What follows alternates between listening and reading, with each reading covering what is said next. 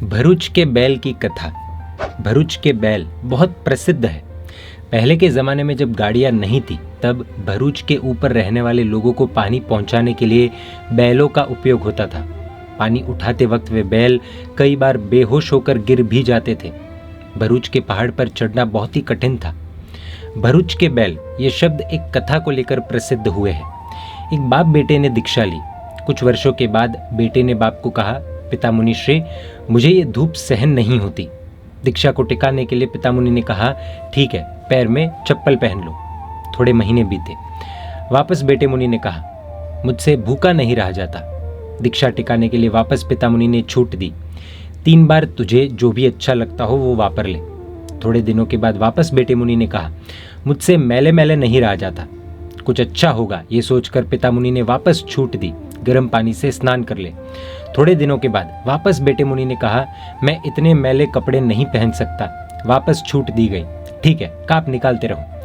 ऐसे कई छूटे पिता मुनि ने दे दी थी। एक दिन बेटे मुनि ने कहा, मैं लड़की के बिना नहीं रह सकता।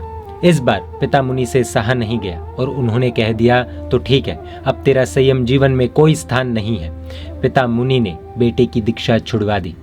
ये बेटा मरकर अगले जन्म में भरूच का बैल बना और पिता मुनि मरकर देवलोक में देव बने। उन्होंने अपने ज्ञान से देखा लड़का बैल बना है। देव ने पानी भरने वाले का रूप लेकर बैल को गाड़े के साथ बांधकर चलना शुरू किया।